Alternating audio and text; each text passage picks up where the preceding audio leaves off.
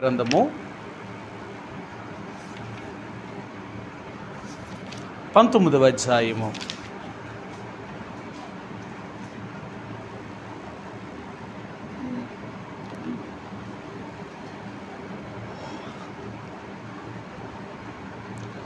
రాజులు రాసిన 2వ గ్రంథము 19వ అధ్యాయము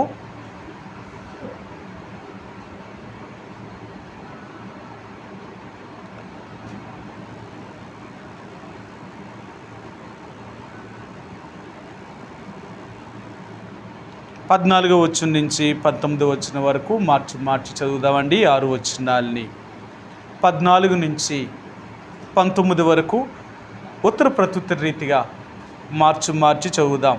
రాజులు రాసిన 2వ గ్రంథము 19వ అధ్యాయము 14 నుండి 19 వరకు మార్చి ఉత్తర ప్రత్యుత్తర రీతిగా చదువుదాం. హిజ్కియా దూతల చేతిలో నుండి ఆ ఉత్తరము తీసుకొని చదివి యెహోవా మందిరములోనికి పోయి యెహోవా సన్నిధిని దానిని విప్పి పరిచి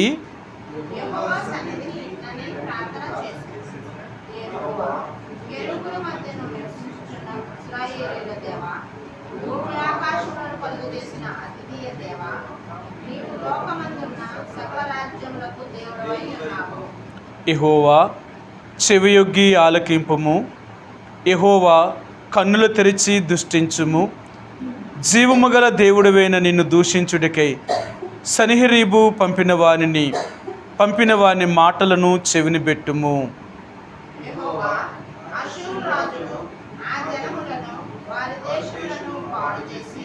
వారి దేవతలను అగ్నిలో వేసినది నిజమే.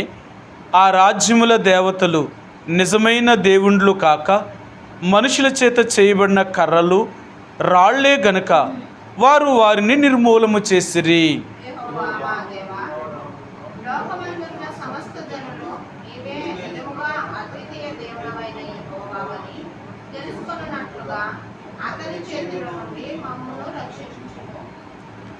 ఈ రాత్రికాల సమయంలో చదవబడిన లేఖన భాగాన్ని దేవుడు దీవించునుగాక. మనందరికీ ఇది బాగా తెలిసింది. హిజ్కియా యొక్క దినాలలో యూదా రాజైన హిజ్కియా ఇశ్రాయేలు ప్రజలను పరిపాలన చేస్తున్న పరిస్థితుల్లో అతని మీదకి ఆషూరు రాజైన సన్హెరీబు మరి యుద్ధానికి వచ్చినప్పుడు ఆ యుద్ధములో హిజ్కియాకు బలము లేనప్పుడు దేవుని మీద ఆధారపడిన విషయాన్ని ఈ యొక్క రాత్రి దేవుడు మనకు జ్ఞాపకం చేయాలనుకుంటున్నాడు.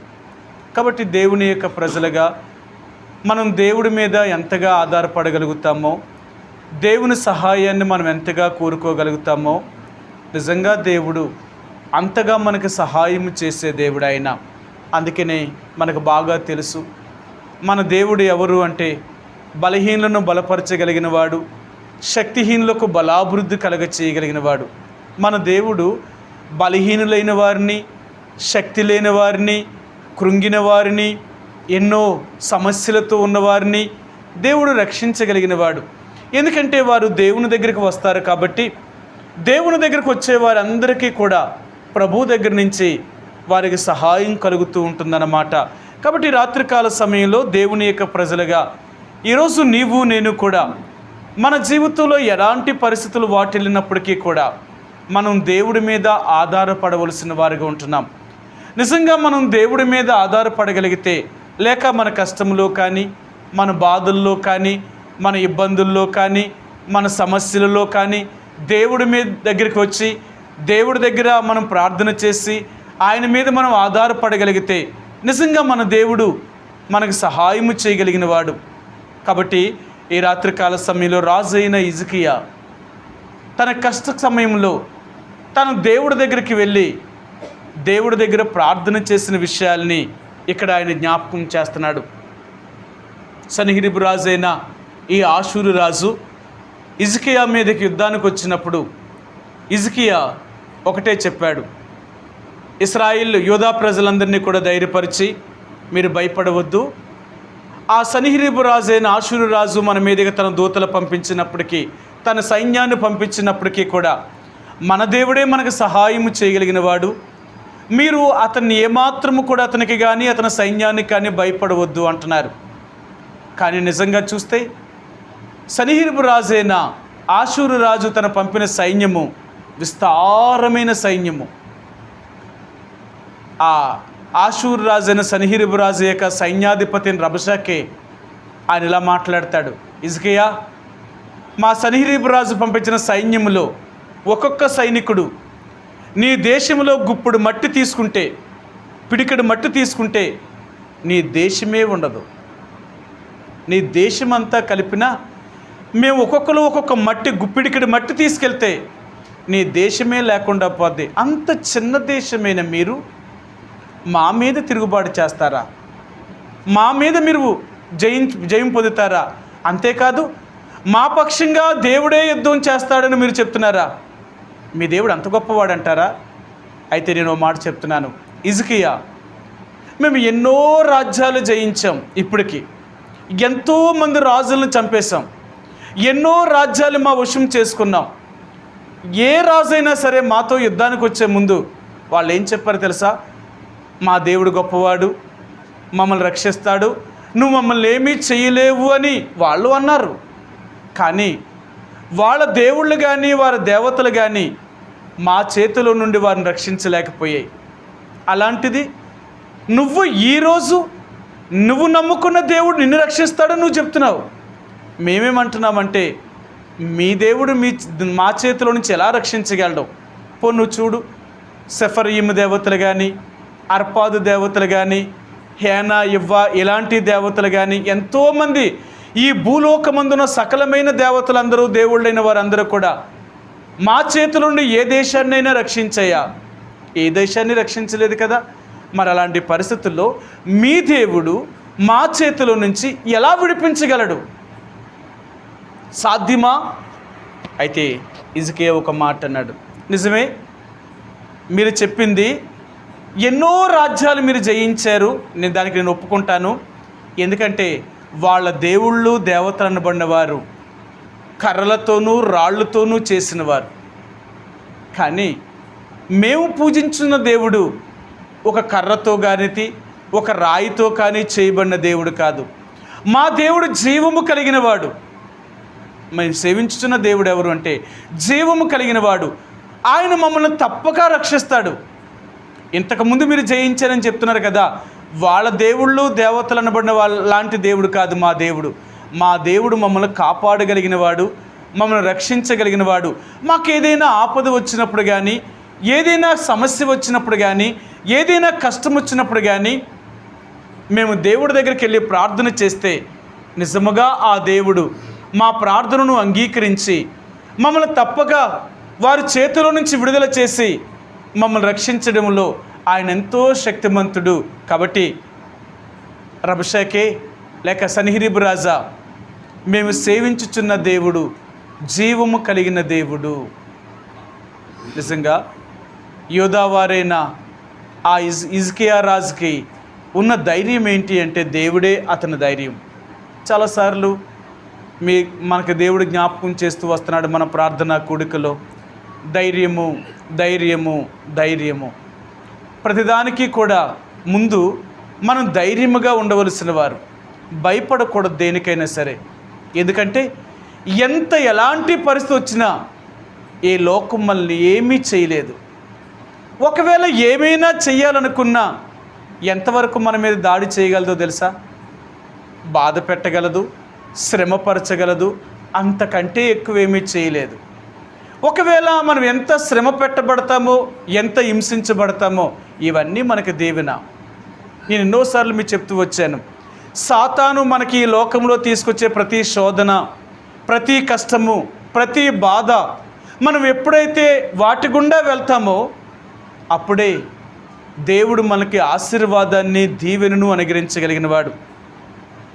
పరీక్ష లేకుండా, శ్రమ లేకుండా, కష్టము లేకుండా సంతోషము, ఆనందము, సమృద్ధి అనేది మనకు రావు.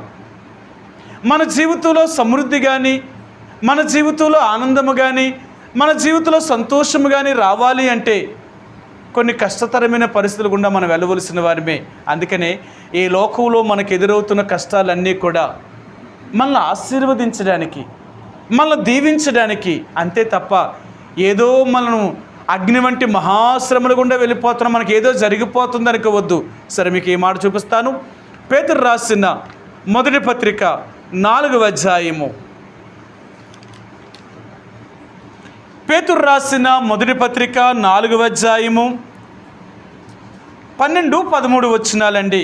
12-13 వచనాలు. ప్రియులారా, మిమ్మల్ని శోధించుటకు మీకు కలుగుచున్న అగ్ని వంటి మహాశ్రమలను గూర్చి మీకేదో ఒక వింత సంభవించినట్లు ఆశ్చర్యపడకుడి. క్రీస్తు మహిమ బయలుపరచబడినప్పుడు మీరు మహానందముతో సంతోషించే నిమిత్తము క్రీస్తు శ్రమలలో మీరు పాలువారై ఉన్నంతగా సంతోషించుడి. మనకి ఈ లోకంలో శ్రమలు, కష్టాలు, బాధలు, ఇబ్బందులు వచ్చినప్పుడు మనకి ఏదో జరిగిపోతుంది అనుకోవద్దు. మనం అంట ఈ బాధల్లో, ఈ కష్టాల్లో, ఈ శ్రమల్లోనే మనం సంతోషించాలట. కారణం ఏంటి అంటే క్రీస్తు యొక్క శ్రమల్లో మనం పాలువారం అవుతున్నాం. అందుకని సాతాను మనల్ని ఎలాంటి శోధన గుండా, ఎలాంటి పరీక్ష గుండా, ఎలాంటి కష్టము గుండా మనం తీసుకెళ్తున్నాం, మనం సంతోషించేవారమే తప్ప భయపడేవారం కాదు. కారణం ఏంటంటే ఈ శ్రమలే రాబోయే మహిమలో మనకెంతో బహుమానాన్ని కలగజేస్తాయి. సరే, మీకు ఆ మాట కూడా చూపిస్తాను. రోమిలికి రాసిన పత్రిక 8వ అధ్యాయము 18వ వచనమండి. రోమా 8:18. మన ఎడల ప్రత్యక్షము కాబోవు మహిమ ఎదుట ఇప్పటి కాలపు శ్రమలు ఎన్నదగినవి కావని ఎంచుచున్నాను. చూసారా, ఈ లోకములో మనకు ఎన్ని శ్రమలు వచ్చినా, ఎన్ని కష్టాలు వచ్చినా ఒక రోజున ఇవేవి ఎన్నదగినవి కావు. దానికి రెట్టింపు మనం ఆశీర్వాదం, దీవెనను మనం పొందగలుగుతాం. మీ అందరికీ తెలుసు, యోబు అనేకమైన పరీక్షా పరిశోధనలు గుండా వెళ్ళిన తర్వాతే 2 అంతల ఆశీర్వాదాన్ని పొందాడు. దేవుని యొక్క ప్రజలనేవారు ఎంత పరీక్ష గుండా, ఎంత కష్టము గుండా వెళ్తారో దేవుడు వారిని ఆశీర్వదించడానికి ఇష్టపడేవాడు. సరే, నేను ఉదయకాల సమయంలో నా పోర్షన్ నేను చదువుతుంటే దేవుడు నాతో ఎలాగూ మాట్లాడుతూ వచ్చాడు. సరే, మీకు ఆ మాట చూపిస్తాను. ఆదికాండము 26వ అధ్యాయము 2-3 వచనాలండి. ఆదికాండము 26వ అధ్యాయము 2-3 వచనాలు. అక్కడ యెహోవా అతనికి ప్రత్యక్షమై, నీవు ఐగుప్తులోనికి వెళ్ళక నేను నీతో చెప్పు దేశమందు నివసించుము, ఈ దేశమందు పరవాసువైయుండుము, నేను నీకు తోడయుండి నిన్ను ఆశీర్వదించదను. ఇస్సాకుతో చెప్తున్నాడు దేవుడు. ఎందుకు దేవుడు అలా చెప్తున్నాడు అంటే ఆ పై వచనాలు అంటాడు, అబ్రహాము దినములో వచ్చిన కరువు, అలాంటి కరువు ఇస్సాకు యొక్క కాలంలో కూడా వచ్చింది కరువు. కానీ అబ్రహాము దినాల్లో వచ్చిన కరువుకి అబ్రహాము ఐగుప్తు దేశంలోనికి వెళ్ళాడు. కానీ ఇస్సాకు కరువు వచ్చినప్పుడు ఇస్సాకునకు దేవుడు ప్రత్యక్షమై చెప్తున్నాడు, ఇస్సాకు, నీ తండ్రి చేసిన పొరపాటు నువ్వు చేయకూడదు. నీ తండ్రి కరువు వచ్చింది కాబట్టి ఐగుప్తులోనికి వెళ్ళాడు. ఇప్పుడు నీకు అలాంటి కరువే సంభవించింది కాబట్టి నువ్వెక్కడికి వెళ్ళకూడదంటే ఐగుప్తులోనికి వెళ్ళకూడదు. ఇక్కడే నిలిచి ఉండు, ఇక్కడే నిలిచి ఉండు, ఈ దేశమందే పరవాసువై ఉండు. ఎందుకో తెలుసా, నేను నీకు సహాయం చేస్తాను, భయపడకు, నేను నిన్ను ఆశీర్వదిస్తాను, నేను నిన్ను దీవిస్తాను, నువ్వు ఇక్కడే ఉండాలా. అదేంటి తండ్రి, కరువులో ఉన్నాను కదా, ఇలాంటి కరువు పరిస్థితుల్లో నువ్వు ఇక్కడే ఉండమంటున్నావు, మరి ఏదో ఒక సహాయం కొరకు నేను వెళ్ళాలి కదా, ఎక్కడికొక్కడికి వెళ్ళాలి కదా. ఈ కరువులో నేను ఎక్కడికి వెళ్ళకుండా ఇక్కడే ఉంటే నేను ఎలా బ్రతుకుతాను? నేను కానీ, నా పనివారు కానీ, నా పనికత్తులు కానీ, నా దాసులు కానీ, లేక నా పశువులు కానీ, నా మందలు కానీ ఎలాగ జీవిస్తాం? సాధ్యమా? తనేమీ అలాగ అడగలేదు. ఇస్సాకు దేవుడు చెప్పిన మాటకు లోబడ్డాడు. అదే విషయం చూడండి, దేవుడు అబ్రహాముకి ఐగుప్తులోనికి వెళ్ళొద్దు అని చెప్పలేదు. ఐగుప్తులోనికి, మరి ఆయన కూడా ఐగుప్తుకి వెళ్ళేటప్పుడు వెళ్ళే ముందు, అబ్రహమా, కరువు కలిగిందని నువ్వు ఐగుప్తులోనికి వెళ్తున్నావా? వెళ్ళకూడదు. ఐగుప్తులోనికి వెళితే అది నీకెంతో అవమానము, నీకెంతో సమస్య తీసుకొస్తుంది. ఐగుప్తులోనికి వెళ్ళక నువ్వు నా మీద ఆధారపడి నువ్వు నిలిచి ఉన్న స్థలంలో ఎక్కడే ఉండు అని దేవుడు చెప్పొచ్చు కదా. అబ్రహాముకి దేవుడు చెప్పలేని వాడు ఇసాకుకు మాత్రమే ఎందుకు చెప్తున్నాడు ఆయన? ఆ రోజు అబ్రాహామును ఆపాలి కదా. ఆ రోజు అబ్రాహామును ఆపలేదు, కానీ ఇప్పుడు ఇసాకును ఆపుతున్నాడు దేవుడు. కొన్నిసార్లు దేవుడు ఆయన చేసే ప్రణాళిక వేరు, ఆయన ఉద్దేశాలు వేరు. అందుకనే దేవుని యొక్క ఆలోచనలు కానీ, దేవుని యొక్క ఉద్దేశములు కానీ మానవులనే వారు ఎవ్వరూ అర్థం చేసుకోలేరు. నీ తండ్రి ఐగుప్తులోనికి వెళ్ళడం వల్లే ఎన్నో సమస్యలు తెచ్చుకున్నాడు నీ తండ్రి. నీవు ఇప్పుడు ఐగుప్తులోనికి వెళ్ళదు, ఇక్కడే నిలిచి ఉండు, నేను నిన్ను ఆశీర్వదిస్తాను. అబ్రహాము అంటే ఇసాకుకు దేవుడు అలా చెప్పగానే ఇసాకు ఐగుప్తులోనికి వెళ్ళకుండా అక్కడే నిలిచి ఉన్నాడు. నిజంగా దేవుడు అతన్ని ఎప్పుడైతే ఇసాకు దేవుడు తనతో చెప్పిన మాటను విన్నాడో, అంత భయంకరమైన కరువులో కూడా ఇసాకును దేవుడు కాపాడాడు. అతనికి కావలసిన సమస్తాన్ని దేవుడు అనుగ్రహించాడు. అందుకని ఇక్కడ మనం చెప్తాం, ఇసాకు ఆ సంవత్సరము విత్తనము వేసిన వాడై ఆ దేశమందు 100 ఫలము పొందెను. దేవుడు అతన్ని ఆశీర్వదించను గనుక ఆ మనుషుడు గొప్పవాడు ఆయను అంటాడు. కాబట్టి దేవుని యొక్క ప్రజలుగా మనం దేవుడు చెప్పింది మనం చేయగలిగితే నిశ్చయముగా దేవుడు మనల్ని ఆశీర్వదించగలిగిన వాడు, నిశ్చయముగా దేవుడు మనల్ని దీవించగలిగిన వాడు. కాబట్టి ఈ రాత్రి యేసు ప్రభువారు మనకు జ్ఞాపకం చేయాలనుకున్నది ఏంటంటే, మనకి ఎంత కష్టం వచ్చినప్పటికీ కూడా దేవుడి మీద ఆధారపడడానికి ప్రయత్నించే, కానీ ఆ కష్టం వచ్చింది అని సాతానుడికి కానీ, సాతాను సంబంధించిన ఈ లోకంలో ఉన్న మనుషులకు కానీ నువ్వు లోబడ్డానికి ప్రయత్నం చేయొద్దు. అందుకనే దేవుని యొక్క ప్రజలు అలాంటి వారు అంటే ఎవ్వరికీ వారు దాసులుగా ఉండడానికి ఇష్టపడరు. వారు స్వతంత్రులు. దేవుని యొక్క ప్రజలు అనేవారు దేవునికి స్వతంత్రులుగా చేశాడు ఆయన. కాబట్టి వీరు ఎప్పటికీ స్వతంత్రులే. వీరు పాపమునకు దాసులు కారు, లోకములో ఉన్న మనుషులకు దాసులు కారు. బైబిల్ గ్రంథంలో అంటాడు, మీరు విలువ పెట్టి కొనబడిన వారు కనుక మనుషులకు దాసులు కాకుడి. మనం విలువ పెట్టి కొనబడిన వారు, మనం మనుషులకు దాసులు కాకూడదు. ఒకవేళ రాజైన హిజ్కియా సన్హెరీబు రాజు పంపిన సైన్యమునకు రబషాకే అంత భయంకరంగా పలుకుతున్నప్పుడు హిజ్కియా ఒక మాట చెప్పాలి, అయ్యా సైన్యాధిపతి అయిన రబషాకే, మీ రాజైన ఆషూరు రాజైన సన్హెరీబు రాజుతో చెప్పు, నేను మీతో యుద్ధము చేయలేను, యుద్ధము చేసే అంత బలము నాకు లేదు, కాబట్టి నేను మీకు దాసుడిగా అవుతాను, నేను మీకు లోబడతాను అని చెప్తే హిజ్కియాను సన్హెరీబు రాజు ఏమి చేయడు. ఏం చేస్తాడు అంటే, నువ్వు దేశంలో నువ్వే పరిపాలన చెయ్యి, కానీ ఒక పని చెయ్యి, ఇక్కడి నుంచి పరిపాలన అంతా కూడా నేను చెప్పినట్లుగా జరగాల. అంతేకాదు నువ్వు నాకు ప్రతి సంవత్సరము కూడా ఇంత పన్ను చెల్లించాలా, నీ దేశం నుంచి ఇంత పన్ను నాకు చాలు, నీ సింహాసనం నీదే, నీ రాజ్యాన్ని నువ్వే పరిపాలన చేయి, నేను చెప్పినట్లుగా పరిపాలన చేయి. రెండవదిగా నాకు సంవత్సరానికి ఇంత పన్ను అనేది కడితే నేను నిన్ను వదిలేస్తాను, అంతే చెప్తాడు. ఇక అంతకంటే ఏం చేయలేడు. కానీ హిజ్కియా దానికి కూడా ఒప్పుకోవడానికి ఇష్టపడలేదు. నేనెందుకు లోబడాలా? ఒక దేవుణ్ణి ఎరిగిన వాడికి అంత బలం ఉంటే దేవుణ్ణి ఎరిగిన నాకెంత బలం ఉండాలా? నా బలం ఎవరు అంటే నా దేవుడు. ఈ లోకంలో సైన్యము కాదు, ఈ లోకంలో ఉన్న ఆస్తుపాస్తులు కాదు, ఈ లోకంలో ఉన్న ఏది నాకు బలం కాదు, నా బలమే నా దేవుడు. ఈరోజు నువ్వు నేను అడగవలసింది ఏంటంటే, హిజ్కియా యొక్క బలం ఎవరు అంటే దేవుడే. అందుకని హిజ్కియా అంటాడు, ప్రభువా, ఇంత గొప్ప సైన్యమును ఎదిరించుటకు మాకు ధైర్యము చాలదు, మాకు బలము చాలదు, నీవే మా దిక్కు అని ప్రార్థన చేశాడు హిజ్కియా దేవుణ్ణి ఎలా అడిగాడు, నీవే మా దిక్కు, ఇంత గొప్ప సైన్యాన్ని ఎదుర్కోవడానికి నాకెక్కడదంత బలం, నేను జయించగలనా? కానీ నా బలం ఎవరో తెలుసా? నువ్వు నాకు సహాయం చేయగలవు అని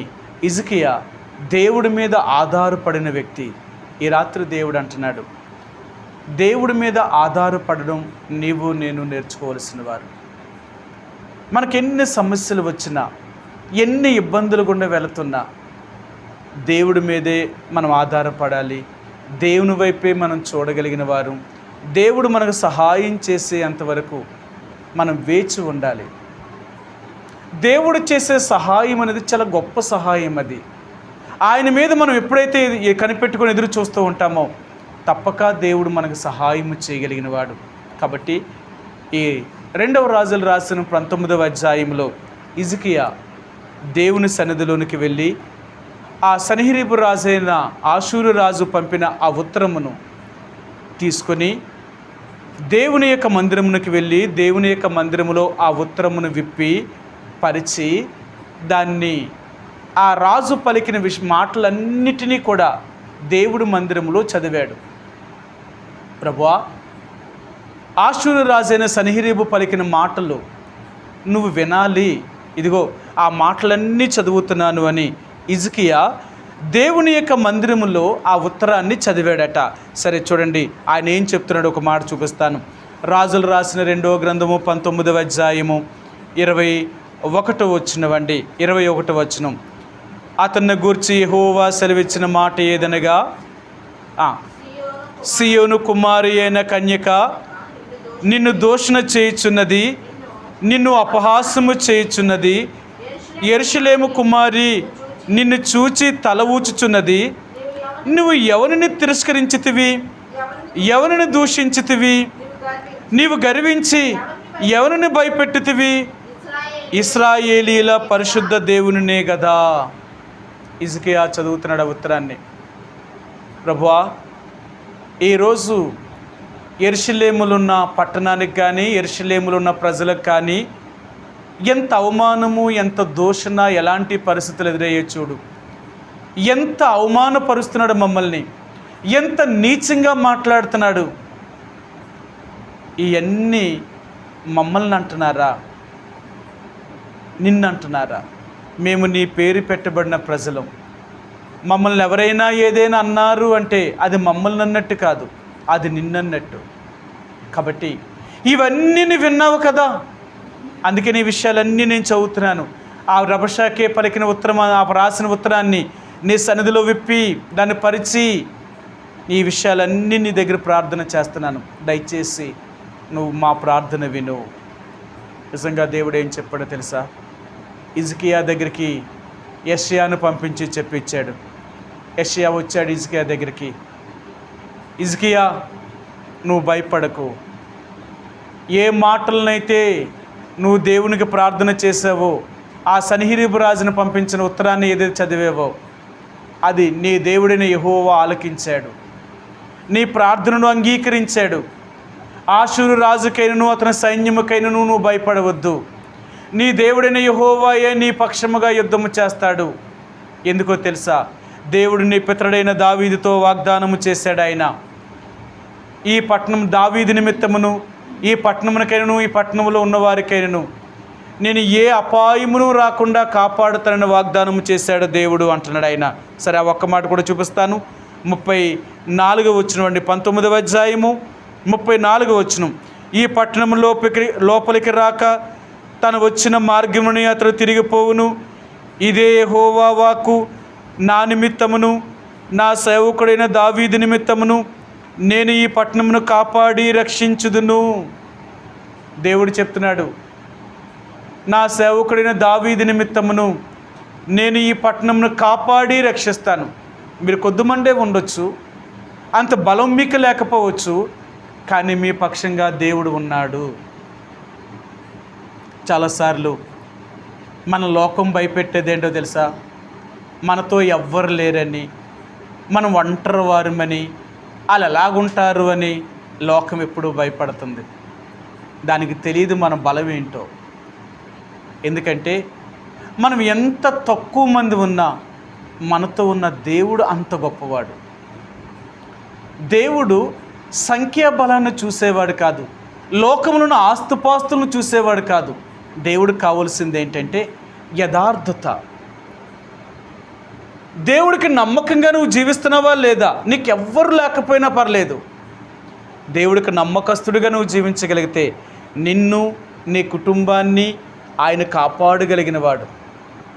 అది అందుకనే మనం దేవుడికి నమ్మకస్తులుగా రుజువు చేయాలి తప్ప మనుషులకు కాదు. ఎవరుండి ఎవరు లేకపోని నిన్ను పిలిచిన దేవుడు గొప్పవాడు, నిన్ను రక్షించిన దేవుడు గొప్పవాడు.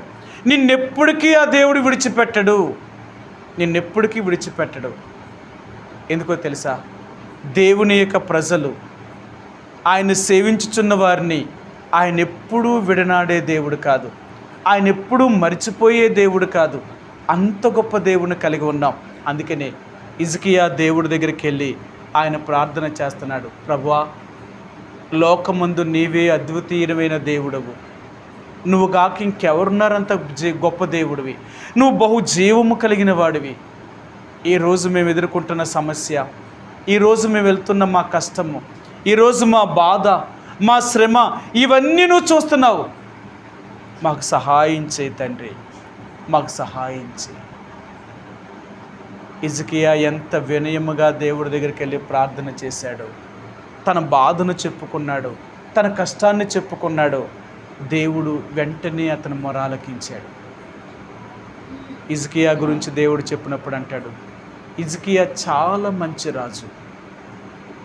యూదా రాజుల్లో హిజ్కియా కూడా మంచిగా ఇశ్రాయేలు ప్రజలను పరిపాలన చేసి నమ్మకంగా దేవుని వైపు తిప్పినవాడు హిజ్కియా. అందుకనే ఈ రాజు దేవుని వైపు ప్రజలను తిప్పడమే కాక, ఇతడు దేవుడి మీద ఆధారపడమే కాక, దేవుడికి నమ్మకంగా జీవించడం వల్ల హిజ్కియా యొక్క దినాలలో అతని దేశాన్ని దేవుడు అభివృద్ధిపరిచాడు, అతని దేశాన్ని ఆశీర్వదించాడు, అతని దేశాన్ని కాపాడాడు. ఎంతమంది శత్రువులు అతని మీదకి వచ్చినప్పటికీ కూడా హిజ్కియాను ఓడించలేకపోయారు. కారణం ఏంటో తెలుసా? వారితో దేవుడు ఉన్నాడు. ఈరోజు దేవుడు అంటున్నాడు, నేను కూడా నీతో ఉన్నాను, నువ్వు భయపడకు. ఎలాంటి సమస్య నీ మీదకి వచ్చినా, ఎలాంటి ఇబ్బంది నీ మీదకి వచ్చినా, ఎలాంటి కష్టాల గుండా నువ్వు వెళుతున్నా నా దగ్గరికి రా, నాకు మొరపెట్టు, నేను నీకు సహాయం చేయగలుగుతాను. ఎందుకంటే నీకు సహాయం చేసే దేవుని నేను. అది ఏ పరిస్థితి అయినా కానీ, నువ్వు ఏ పరిస్థితుల గుండా వెళుతున్నప్పుడు కానీ, నువ్వు యథార్థముగా నమ్మకంగా నన్ను సేవించగలిగితే నీ బాధల్లో నుండి, నీ కష్టాల్లో నుండి, నీ ఇబ్బందుల్లో నుండి, నీ ఇరుకులలో నుండి నేను నీకు సహాయం చేసుకుంటానే వెళ్తూ ఉంటాను.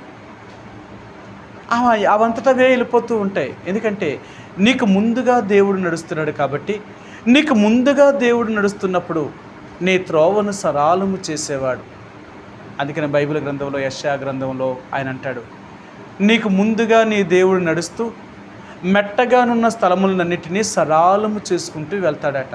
అంటే నీకు ఏదైతే సమస్య, నీకేదైతే కష్టమో, నీకేదైతే ఇబ్బందులు గుండా నువ్వు వెళ్తున్నావో వాటన్నిటినీ దేవుడే సరాలం చేసుకుంటూ వెళ్ళిపోతాడట. నీకు ముందుగా దేవుడు నడుస్తున్నాడు.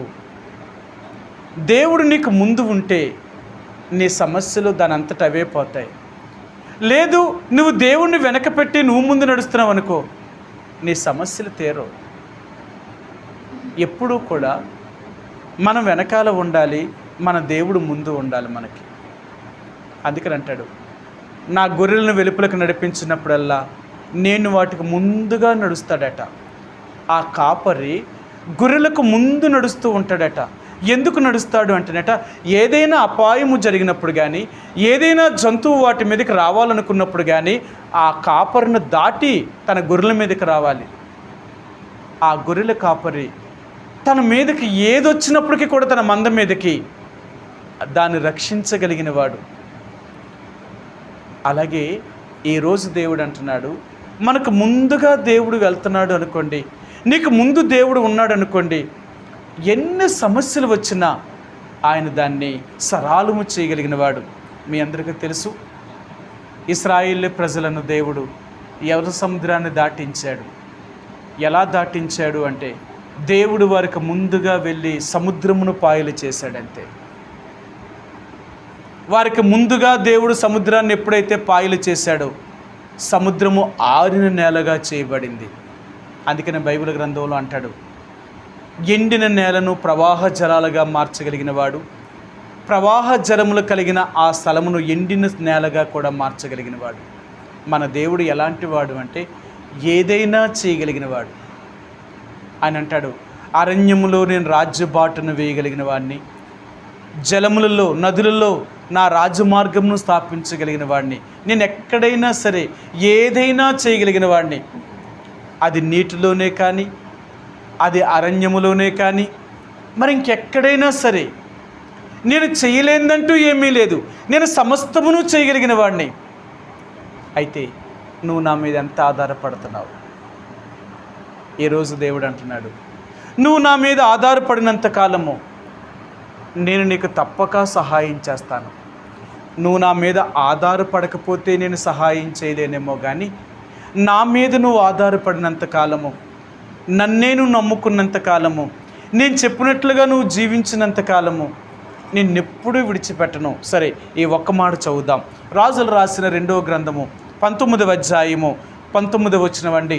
19 యెహోవా మా దేవా, లోకమందున్న సమస్త జనులు నీవే నిజముగా అద్వితీయ దేవుడివైన యెహోవావని తెలుసుకున్నట్లుగా అతని చేతిలో నుండి మమ్మను రక్షించుము. హిజ్కియా ప్రార్థన చేస్తున్నాడు, ప్రభువా, ఈ లోకమందున్న సకలమైన జనుల మధ్య నీవే అద్వితీయ దేవుడివైన యెహోవావని ఈ ప్రజలందరూ తెలుసుకునేటట్లుగా నీవు మమ్మల్ని అతని చేతిలో నుంచి విడిపించు. నువ్వు అతని చేతిలో నుంచి విడిపించు. నమ్ముతారు అప్పుడే. ఈ లోకంలో నువ్వు నిజమైన దేవుడు అని ఎలా నమ్ముతారు తెలిసే? మమ్మల్ని రక్షించిన దాన్ని బట్టే చూసిన వారందరూ నమ్ముతారు.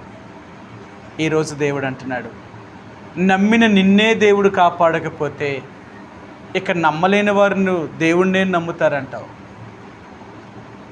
చాలాసార్లు దేవుణ్ణి నమ్ముకున్న దేవుని ప్రజలను చూసి లోకం ఎగతాళి చేస్తూ ఉంటుంది. వాళ్ళు చూడు, మన దేవుణ్ణి కాదు నా దేవుళ్ళలోకి వెళ్ళారు, యేసుప్రభువారిని నమ్ముకున్నారు. యేసుప్రభువారిని నమ్ముకొని ఏం బాగుపడ్డారు? వాళ్ళు ఏం బాగుపడ్డారు అంటే అంతకంటే ఎక్కువ బాధలు అనుభవిస్తున్నారు, వాళ్ళు అంతకంటే ఎక్కువ కష్టాలు అనుభవిస్తున్నారు. వాళ్ళ దేవుడు వాళ్ళకి ఏం చేశాడు? చూడు, మన దేవుడు మనకి ఏం చేశాడు? ఈరోజు అనేక మంది దేవుళ్ళలోనికి రాకుండా మనమే దానికి ఆటంకంగా ఉన్నాం. కారణం ఏంటో తెలుసా? దేవుని నమ్ముకొని కూడా దేవుని మాట వినకపోవడం వల్ల మన దారిద్ర్యం మనల్ని వదులుతలేదు, మన కష్టాలు మన బాధలు మనల్ని వదులుతలేదు. కారణం ఏంటో తెలుసా? మనం దేవుడి మాట వినకపోవడం వల్లే. మనం దేవుడి యొక్క మాట వినకుండా దేవుణ్ణి త్రోసివేయడం వల్ల మనం ఎన్నో సమస్యలను ఎదుర్కొంటున్నాం. మనం ఎప్పుడైతే నిజంగా దేవుణ్ణి సేవించడం నువ్వు నేర్చుకోగలుగుతావో, నువ్వు దేవుని మాటే విని అనుసరించగలుగుతావో, చూడు నువ్వెంత దీవించబడతావో. నీ ఇల్లు కానీ, నీ కుటుంబము కానీ, నీకు కలిగిన ఆస్తి కానీ దేవుడు నిన్ను అభివృద్ధి చేసేవాడు, నిన్ను విస్తరింపు చేసేవాడు. మీకు ఎన్నోసార్లు చెప్పాను, తను నమ్ముకున్న తన ప్రజలను ఆయన ఎప్పుడూ కూడా విడనాడేవాడు కాదు, బేదలుగా వదిలేసేవాడు కాదు. ఎవరైతే నిజముగా యేసుప్రభువారిని అనుసరించి యథార్థమైన జీవితాన్ని జీవిస్తారో అలాంటి వారందరినీ కూడా యేసుప్రభువారు ఆశీర్వదించగలిగిన వాడు, దీవించగలిగిన వాడు. కాబట్టి ఈరోజు దేవుడు తెలియజేసేది ఏంటంటే, దేవుడి మీద నువ్వు ఆధారపడగలిగితే లోకము చూసేటట్లుగా దేవుడు నిన్ను ఆశీర్వదించాలనుకుంటున్నాడు. లోకంలో నిన్ను అందరూ చూసిన వాళ్ళు ఏమనుకుంటారో తెలుసా? చూడండి, వాళ్ళు యేసు ప్రభువులోకి వెళ్ళారు, వాళ్ళు మనకంటే ఎక్కువ దీవించబడ్డారు. మనల్ని చూసిన వారు మన గురించి ఇచ్చే సాక్ష్యం ఏంటో తెలుసా? దేవుని నమ్మి వాళ్ళు ఎంత దీవించబడ్డారు, దేవుని నమ్మకపోవడం వల్ల మనం ఎంత నష్టపడ్డాం, అది వారు చూడాలి కదా. మీకు ఎన్నోసార్లు చెప్పాను, యెషయా గ్రంథంలో 50 చూడండి, ఆ మాట మీకు చూపిస్తాను. దేవుని నమ్మిన దేవుని యొక్క ప్రజలను దేవుడు ఎలాగ ఆశీర్వదించి దీవిస్తాడో దైవజనుడైన యెషయాతో దేవుడు మాట్లాడుతూ వచ్చాడు.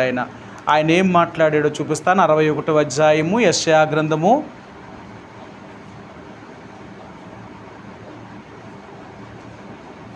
9వ వచనం అండి.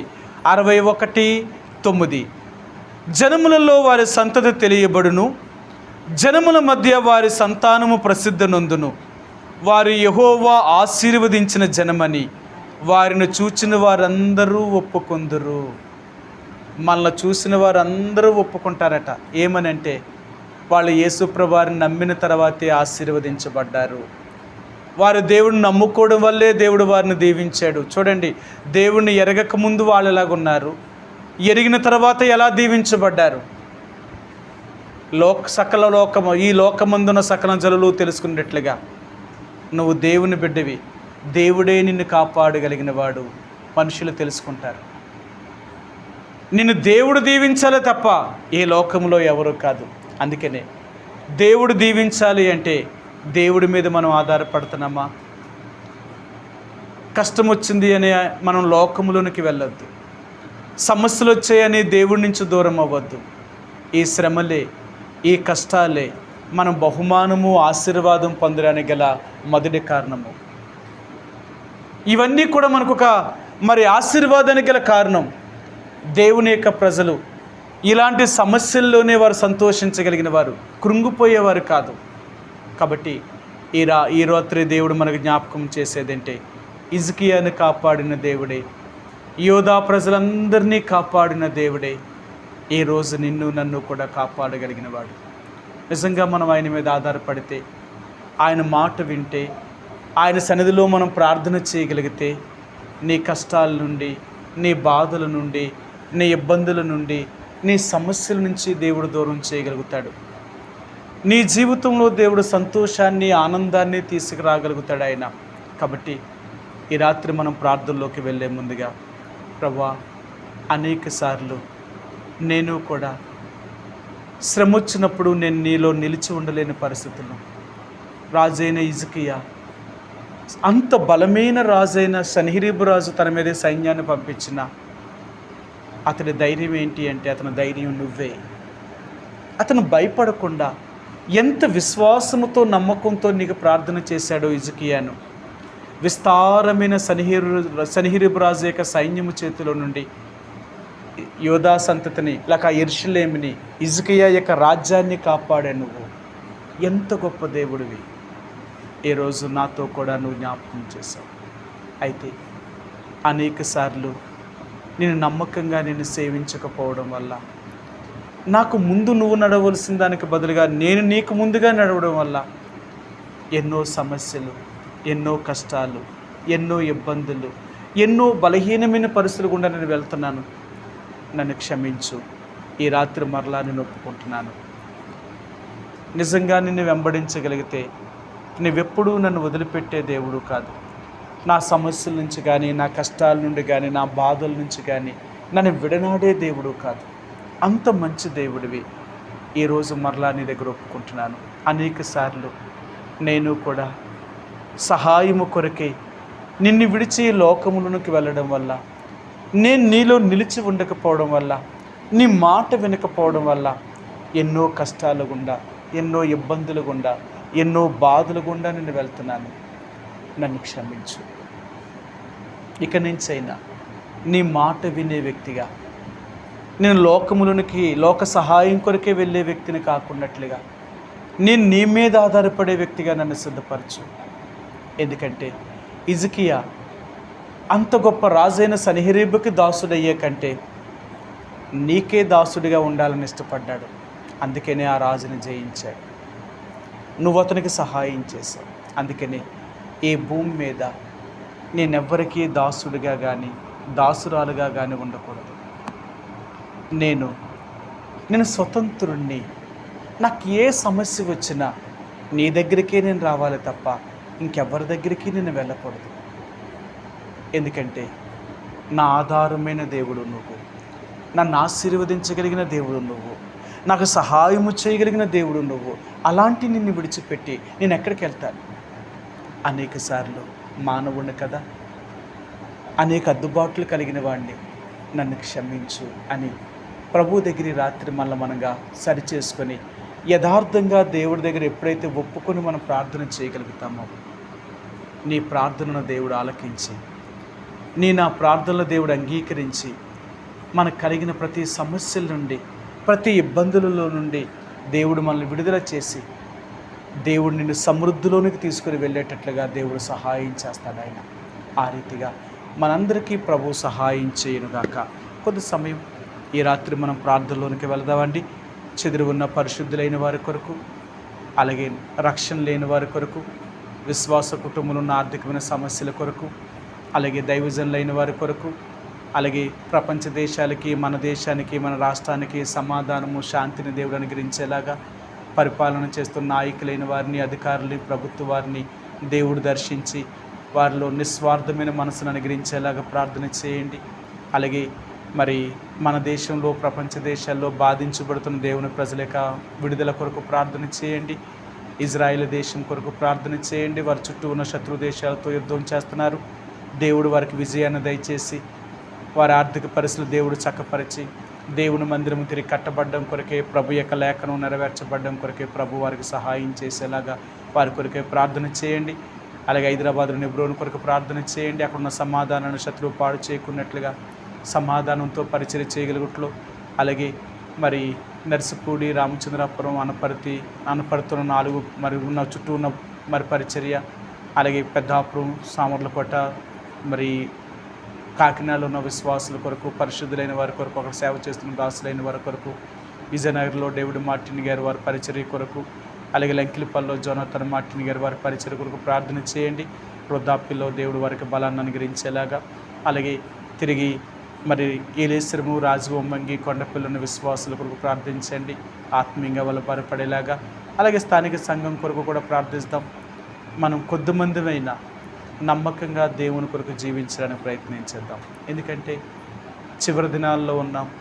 శత్రువు ఇంకా అగ్ని వంటి మహాశ్రమల గుండా తీసుకుని వెళ్ళాలనుకుంటాడు. అంటే మనుషుల చేత మనం భయపెట్టాలనుకుంటుంది, కానీ మనం భయపడేవారిని కాదు.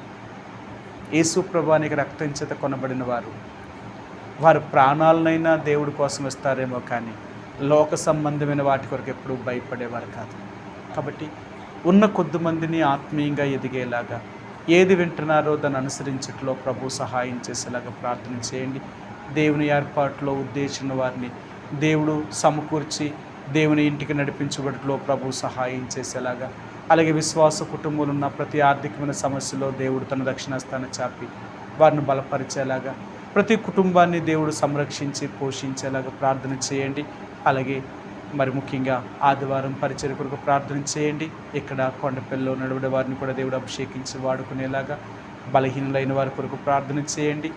మరి సోదరు పీటర్ అన్న, సువర్ణరావు గారు, సలోమి గారు, అలాగే మరి అన్నమ్మ గారు, లాజర్ గారు, విక్టర్ పాల్ గారిని, అలాగే మరి సోదరు సత్యవతి గారిని, ఇంకా బలహీనంగా ఎవరైతే ఉంటున్నారో వారి కొరకు కూడా ప్రార్థిస్తాం.